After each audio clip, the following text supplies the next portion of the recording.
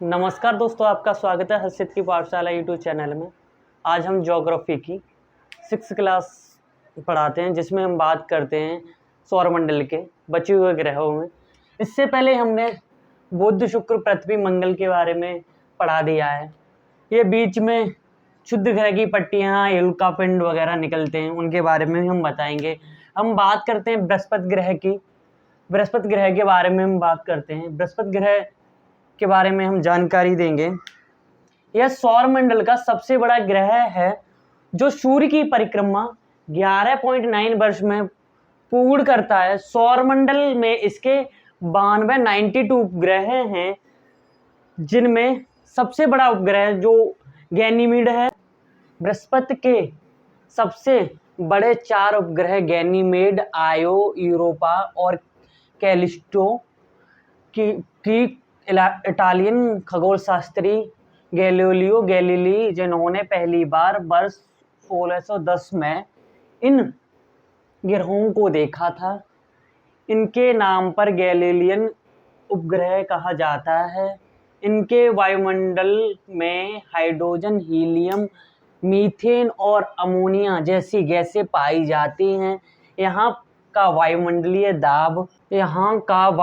दाब पृथ्वी के वायुमंडलीय दाब के तुलना में 1 करोड़ गुना अधिक है। यह तारा और ग्रह दोनों के गुणों से युक्त होता है, क्योंकि इसके पास स्वयं की रेडियो ऊर्जा है। बृहस्पति का प्रसिद्ध ग्रेट रेड स्पॉट पृथ्वी से भी बड़ा एक विशाल तूफान है। वर्ष 1979 में वॉयेजर मिशन ने बृहस्पति की धुंधली वलय प्रणाली की खोज की। वर्ष 2016 में जूनो बृहस्पति पर पहुंचने वाला अंतिम अंतरिक्ष यान था। अब हम बात करते हैं शनि ग्रह के बारे में। यह आकार में दूसरा सबसे बड़ा ग्रह है, और इससे पहले हमने बृहस्पति के बारे में बताया, वो सौरमंडल का सबसे बड़ा ग्रह है। उसके बाद आकार में शनि ग्रह आता है, और यह सूर्य की परिक्रमा 29.5 वर्ष में पूरी करता है। इसकी सबसे बड़ी विशेषता इसके मध्य रेखा के चारों ओर पूर्ण विकसित वलयों का होना है, जिनकी संख्या 7 है। इसके शनि ग्रह के वलय पाए जाते हैं, शनि ग्रह में वलय पाए जाते हैं, उनकी संख्या 7 है। ये अत्यंत छोटे छोटे कणों से मिलकर बने होते हैं, जो सामूहिक रूप से गुरुत्वाकर्षण के कारण इनकी परिक्रमा करते हैं। शनि ग्रह को गैसों का गोला भी कहा जाता है। आकाश में यह पीले रंग के तारे के समान दिखाई देता है। इसके वायुमंडल में बृहस्पति की तरह हाइड्रोजन, हीलियम, मीथेन और अमोनिया जैसी गैसें पाई जाती हैं। अब तक इसके 83 उपग्रह का पता लगाया जा चुका है। शनि का सबसे बड़ा उपग्रह टाइटन है।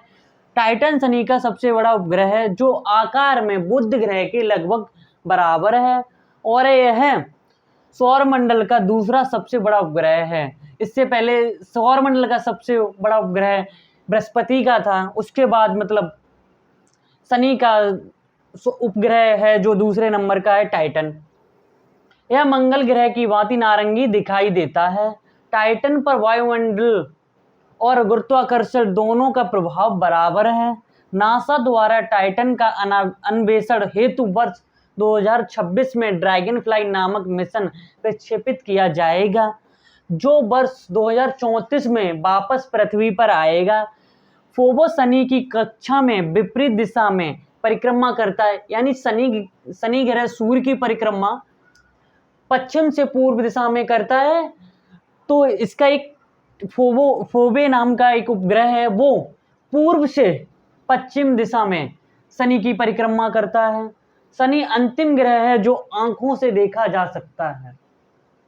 के बारे में इसकी खोज 1781 ईस्वी में सर विलियम हर्शेल द्वारा की गई थी। यह सौर मंडल का 7वां तथा आकार के अनुसार तृतीय ग्रह है। अधिक अच्छे झुकाव के कारण इसे लेटा हुआ ग्रह भी कहते हैं। यह सूर्य की परिक्रमा 84 वर्षों में पूरी करता है। यह पूर्व से पश्चिम दिशा में अपने अक्ष पर परिक्रमण करता है, यानी ये अरुण ग्रह सूर्य की जो परिक्रमा करता है वो पूर्व से पश्चिम दिशा में परिक्रमा करता है। इस ग्रह का वायुमंडलीय बृहस्पति और शनि की भांति हाइड्रोजन, हीलियम और मीथेन एवं अमोनिया गैसों पाई जाती हैं। दूरदर्शी से देखने पर यह हरा रंग का दिखाई देता है। सूर्य से दूरी के होने के कारण यह काफी ठंडा ग्रह है। इसमें शनि की भांति चारों ओर वलय पाए जाते हैं। अल्फा, बीटा, गामा, डेल्टा, ईटा, लैम्डा इत्यादि अरुण ग्रह के वलय हैं। इसके 27 उपग्रह हैं। बारे में तो वरुण ग्रह की खोज जर्मन खगोल शास्त्री जोहन गाले ने वर्ष 1846 ईस्वी में की थी। यह सूर्य की परिक्रमा 165 वर्ष में सूर्य की परिक्रमा करता है। यहाँ का वायुमंडलीय दाब अति घना है। सौरमंडल सर्वाधिक ठंडा है। सौरमंडल का यह सर्वाधिक ठंडा ग्रह है। इसे हाइड्रोजन, हीलियम, मीथेन और अमोनिया जैसी गैसें विद्यमान हैं। हल्का पीला दूरबीन से देखने पर हल्का ये पीला दिखाई देता है। इसके 14 उपग्रह हैं, जिनमें ट्रेट्रॉन, मेरिड उपग्रह हैं। आकार के अनुसार ग्रहों का क्रम है बृहस्पति, शनि, अरुण, उसके बाद आता है वरुण, पृथ्वी, शुक्र, मंगल, बुध। यानी आकार के अनुसार नंबर 1 पे है बृहस्पति, नंबर 2 पे है शनि, नंबर 3 पे अरुण, नंबर 4 पे वरुण, नंबर 5 पे पृथ्वी, नंबर 6 पे शुक्र, नंबर 7 पे मंगल, नंबर 8 पे बुध। अब हम बात करते हैं द्रव्यमान के अनुसार ग्रहों का क्रम। द्रव्यमान के अनुसार नंबर 1 पर बृहस्पति आता है, नंबर 2 पे शनि है, नंबर 3 पे वरुण है, नंबर 4 पे अरुण है, नंबर 5 पे पृथ्वी है, नंबर 6 पे शुक्र है, नंबर 7 पे मंगल है, नंबर 8 पे बुध है। अब बात करते हैं हम घनत्व के अनुसार ग्रहों का क्रम। तो घनत्व के अनुसार ग्रहों का क्रम है, नंबर 1 पे पृथ्वी आती है, उसके बाद आता है नंबर 2 पे बुध, नंबर 3 पे शुक्र, नंबर 4 पे मंगल है, नंबर 5 पे वरुण है, नंबर 6 पे बृहस्पति है, नंबर 7 पे अरुण है और नंबर 8 पर शनि है। तो सूर्य से दूरी के अनुसार ग्रहों का क्रम बताते हैं। नंबर 1 पे बुध, फिर आता है शुक्र, नंबर 3 पे पृथ्वी, नंबर 4 पे मंगल है, नंबर 5 पे बृहस्पति है, नंबर 6 पे शनि है, नंबर 7 पे अरुण है, नंबर 8 पे वरुण है। अब हम बात करते हैं प्लूटो के बारे में। प्लूटो की खोज सन 1930 में क्लाइड टॉमबैग ने की थी। इसे सौरमंडल का 9वां ग्रह एवं सबसे छोटा ग्रह माना जाता है। परंतु 24 अगस्त 2006 में चेक गणराज्य में प्रयाग में हुई इंटरनेशनल एस्ट्रोनॉमिकल यूनियन IAU के सम्मेलन में वैज्ञानिकों के अनुसार इससे ग्रहों का दर्जा छीन लिया गया। 75 देशों के 2500 वैज्ञानिकों ने ग्रहों की नई परिभाषा दी। वैज्ञानिकों के अनुसार ऐसा माना जाता है जो ठोस पिंड जो अपना गुरुत्व करने के लायक विशाल हो और गोलाकार हो एवं सूर्य के चक्कर लगाता हो ग्रहों की श्रेणी में आएगा। इसकी कक्षा पड़ोसी ग्रहों के रास्ते को नहीं काटनी चाहिए। प्लूटो के साथ समस्या यह हुई कि उसकी कक्षा वरुण की कक्षा को ओवरलैप यानी काटती थी, इसलिए इसे बोना ग्रह का दर्जा दिया गया। अब सौर मंडल में 8 ग्रह हैं। उपग्रह, अब हम बात करते हैं उपग्रह के बारे में। वे आकाशीय पिंड जो अपने अपने ग्रहों के साथ सूर्य की भी परिक्रमा करते हैं। ग्रहों की भांति इनकी भी चमक नहीं होती, ये भी सूर्य के प्रकाश से प्रकाशित होते हैं। उपग्रह का भ्रमण पथ भी परवलयाकार होता है। बुध और शुक्र का कोई अपना उपग्रह नहीं है। सबसे अधिक उपग्रह बृहस्पति के हैं।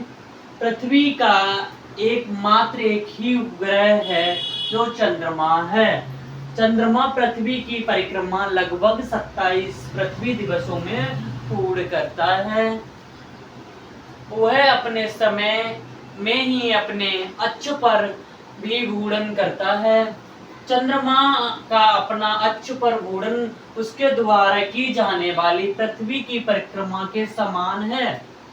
पृथ्वी की सतह से एक समय में उसका 59 भाग दिखाई देता है। चंद्रमा पर वायुमंडलीय अभाव होने के कारण पृथ्वी की सतह से एक समय पृथ्वी अभाव होने के कारण दो व्यक्ति एक दूसरे की बात नहीं सुन पाते हैं। मतलब चंद्रमा पर वायुमंडल का अभाव होने के कारण, वायुमंडल बहुत ज्यादा होने के कारण दो व्यक्ति आपस में बात नहीं सुन पाते हैं एक दूसरे की। अब हम बात करते हैं सुपरमून की। तो सुपरमून क्या है? चंद्रमा एवं पृथ्वी के बीच की औसतन दूरी 3,84,000 किलोमीटर। चंद्रमा परवलयाकार कक्ष में परिक्रमा करता है। इसी कारण चंद्रमा और पृथ्वी के बीच की दूरी बदलती रहती है, जिसे सुपरमून वह स्थिति है जब चंद्रमा पृथ्वी के सबसे निकट होता है। इससे पेरिजी फुल मून कहा जाता है। नासा के अनुसार सुपरमून शब्द का वर्ष 1979 में रिच नॉल द्वारा दिया गया था। अब हम बात करते हैं चंद्रयान-1 की। चंद्रयान-1 भारत में कब लॉन्च किया था? भारत में 22 अक्टूबर 2008 को आंध्र प्रदेश के श्रीहरिकोटा स्थित सतीश धवन अंतरिक्ष केंद्र से ध्रुवीय उपग्रह प्रक्षेपण यान PSLV C-11X से अपने पहले चंद्रयान-1 को रवाना किया था। इस प्रकार अमेरिका, रूस, यूरोप, जापान व चीन के बाद भारत चंद्रमा की कक्षा में पहुंचने वाला छठा देश बन गया। चंद्रयान-1 ने चंद्रमा पर बर्फ होने का जानकारी दी। चंद्रमा की भूमध्य रेखा के ठीक ऊपर 1.2 किलोमीटर गुफा या लावा ट्यूब की जानकारी दी, जिसका तापमान हमेशा लगभग 20 डिग्री सेल्सियस रहता है।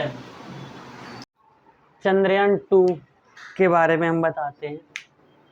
22 जुलाई 2019 को आंध्र प्रदेश के श्रीहरिकोटा स्थित सतीश धवन अंतरिक्ष केंद्र से इसरो ने चंद्रयान-2 का प्रक्षेपण GSLV मार्क 3 M1 रॉकेट से किया। तकनीकी रूप से 3,840 किलोमीटर का चंद्रयान-2 3 भागों में विभाजित हो गया।